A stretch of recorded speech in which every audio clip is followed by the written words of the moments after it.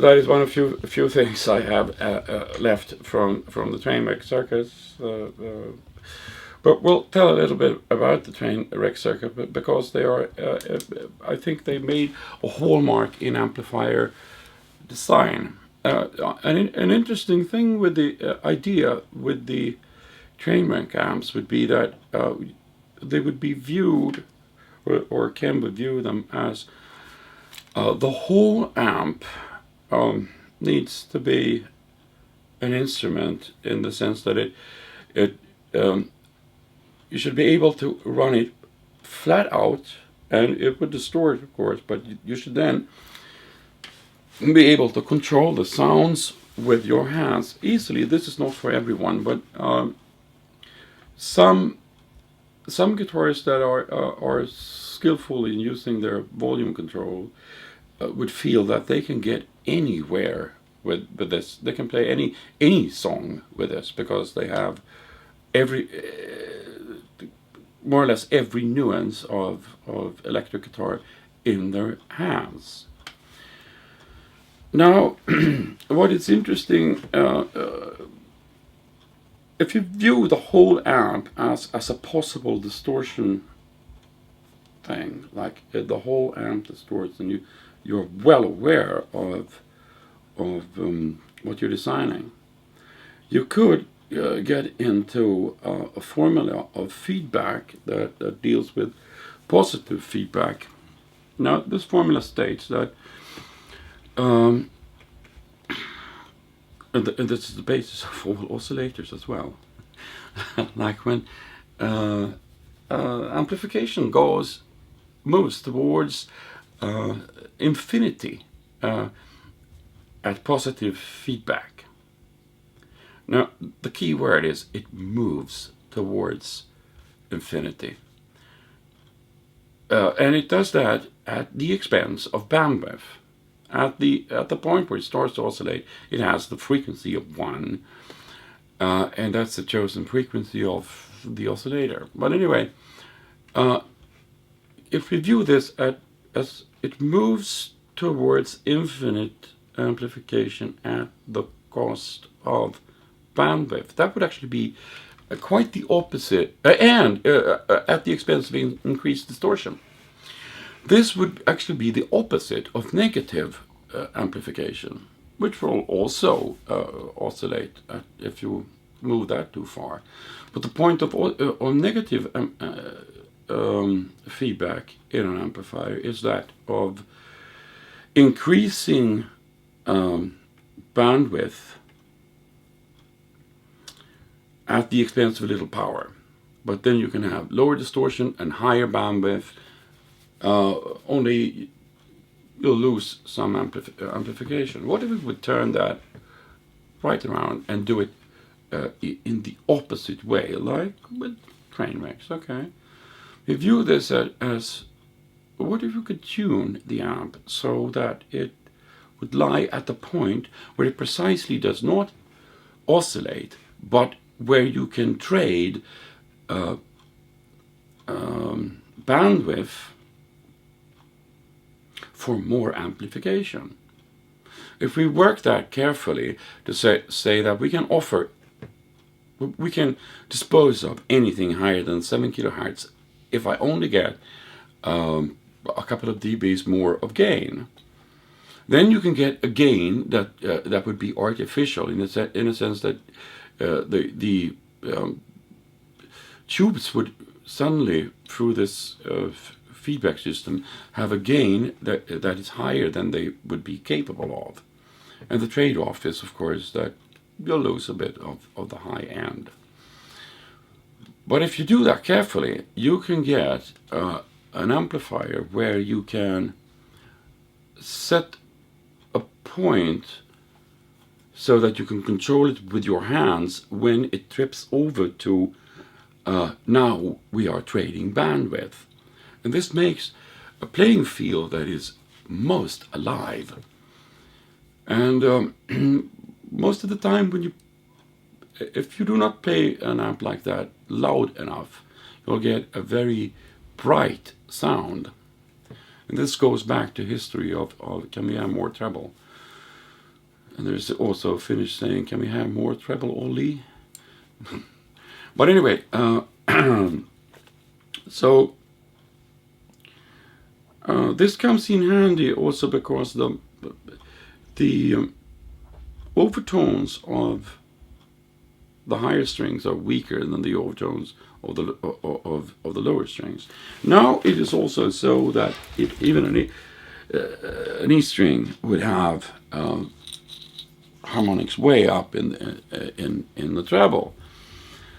It's just that the level of those so on a clean sound is very low. But once you start to compress and have this immense gain and start to distort, suddenly it is going to be of importance, because the generation of distortion will be from a low frequency, so we will produce overtones higher up, and it will continue like that, and you will get a number of overtones. So one way of controlling that in this type of amplifier is to reduce the bass a bit, because then you can equal the response from each string, and you can also get this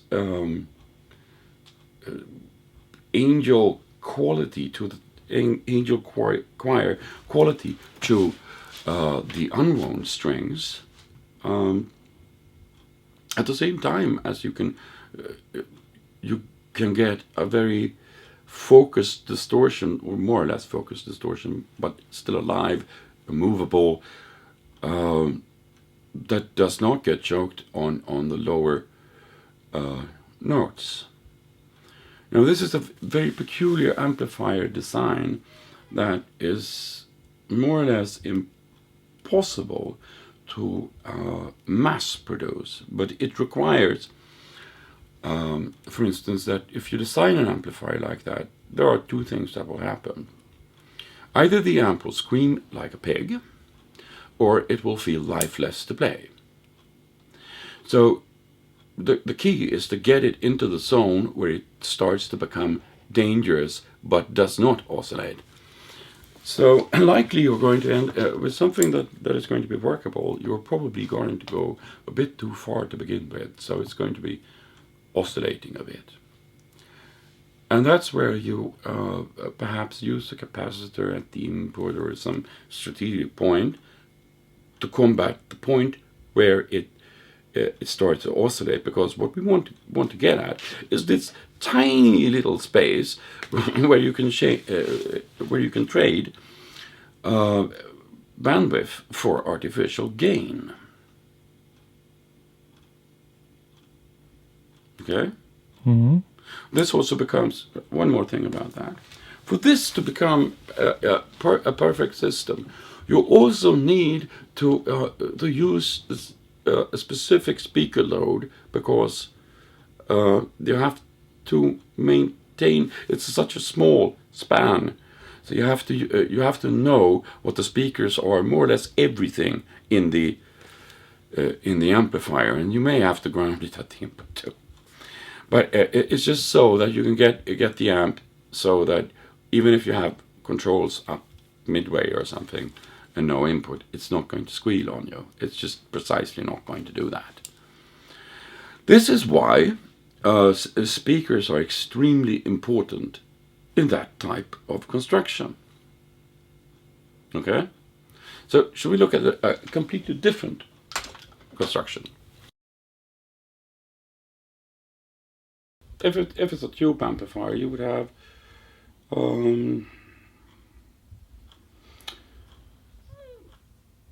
it could probably produce something like 25 volts before it distorts. It's very rare that the first tube distorts unless you have extreme powerful pickups. But the second tube might distort, and this is where you can have. This is why Fender, for instance, has the tone controls between both the volume control and the tone controls between the first stage and the second stage, because that way you can reduce distortion easily. One could take on like like this super reverb amp, you could easily move the tone controls to after the second stage and just leave the volume control. You will need some filtering that so that it doesn't choke the bass, but you will still find that you will need to be close to 10 before even the second tube starts to distort. So it takes a little while. Usually you would have it's usually the second or the third tube that where you would have distortion, and depending on where you put your EQ, you can either have an EQ that controls what is being distorted, or you can have an EQ that controls the final distorted sound. Typically on a Fender amp you would have controls that sets what would be distorted, and that's actually the same on the Dumble style amp that is over there. This type of design is made like this. You have an input choice, you have normal, and you have fade. But the point is, when you enter the amplifier through the normal input, you get a volume control, and then you get tone controls like this. And you can you have a bright switch and you have a mid switch, and rock jazz means that when it's in rock you disconnect the bass and treble. Okay? Mm-hmm. You see. I told you about this with this amp, that you could easily move those one point into the amp without it really distorting. It's the same over here. It's actually the same here. You could move these without it distorting. But what's peculiar about this is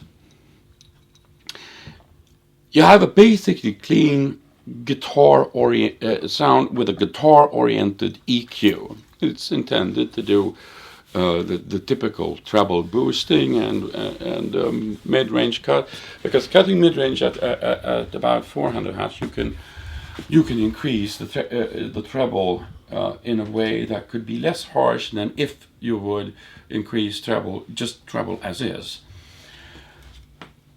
The point here is we got a clean sound, more or less, and this feeds an amplifier, a power amplifier. Now the power amplifier in this type of construction is not distorting. It's a tremendously powerful power amp, and it's connected with negative feedback so that it reacts swiftly and promptly at any transient you put through it. So what the power amp does is it basically amplifies what is happening in the preamp. Now, very peculiar with this is that you have a distortion circuit. The distortion circuits were tried. Many people tried to build in distortion circuits. There was a famous Swedish designer who built the distortion circuit in the Music Man RD50, and it was horrible. At the time, you could use it, but it has been outdated in some ways. There were also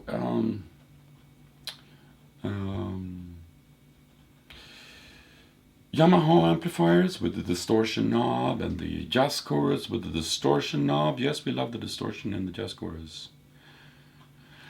But this takes this distortion in an amp with the distortion knob to an astronomical level as compared to this, because you suddenly can create you have a output volume, and you have how much distortion you want to have. So you can in a way you have much more freedom to set your sound, and of course it's a tube distortion circuit, so it would sound good just out of the pure definition. It doesn't matter if it actually does, because it's made out of tubes, and therefore it sounds good. And this is switchable. So first you go into the preamp with the guitar-oriented EQ, and then you can either go directly to the power amp, or you can go through the distortion circuit. Now, the point that the distortion circuit is after the preamp and closer to the power amp. The idea of this is that you can get a distortion that would mimic the power amp being distorted, because at the time when this was designed, there was an idea that the greatest guitar sounds you would only get when the power amp is distorted. One way around that, and freedom of volume, because it has master volume, is to place the distortion after everything, and that would actually mean that you would get approximately the same or imagined sounds as if when you engage the distortion, as if you were you can even turn all of the tone controls on full and whatnot, and you can control it as if this was your power amp, only now it's distorting. And then you have a power amp after that amplifies it to desired level.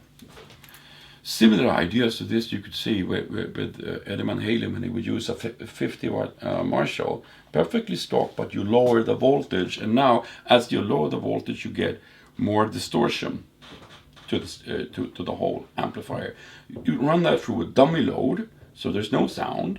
Then you take that through an EQ, through echoes and whatnot, into a power amp, and suddenly you have converted your amplifier to a distortion box. You could probably take your vacuum cleaner and convert that to a distortion box as well, just for the sake of it. Okay. In this type of construction, the speaker cabinet is not nearly as important as the first one we talked about, and that has to do with this. When you have a high degree of negative feedback in the power amp, what happens is you control something known as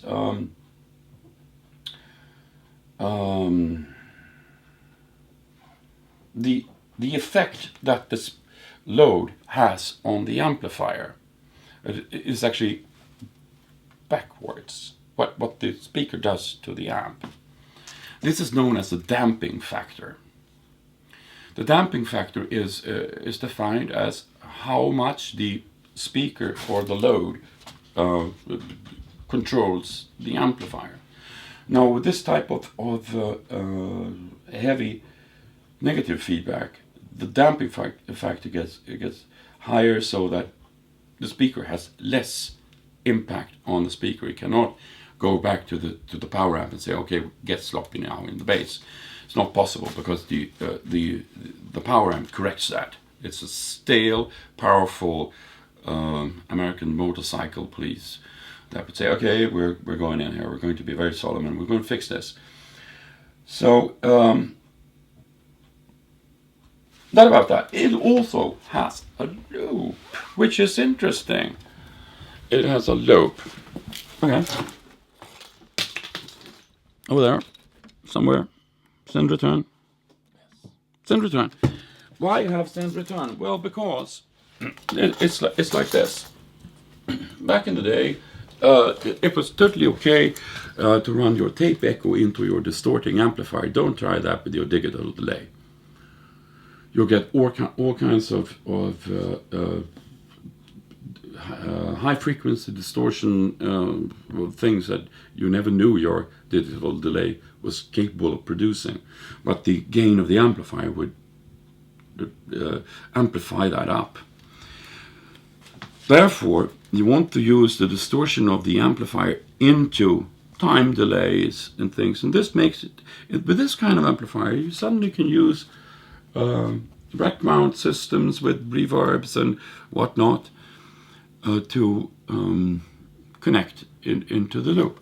But it does not quite work like that. You need to have an external unit that corrects the levels up and down, because the levels are too high, the impedances are too high to directly drive anything. So if you're going to be safe, you need something known as a dumbulator, which is a bottleneck. It sort of shrinks the output at the end and then amplifies it back to the same degree. Therefore, you can put in all kinds of electronic gadgets and things that you want to have. Well, this is totally different design, isn't it? But we still have built-in distortion, which we didn't have in this one. No distortion allowed.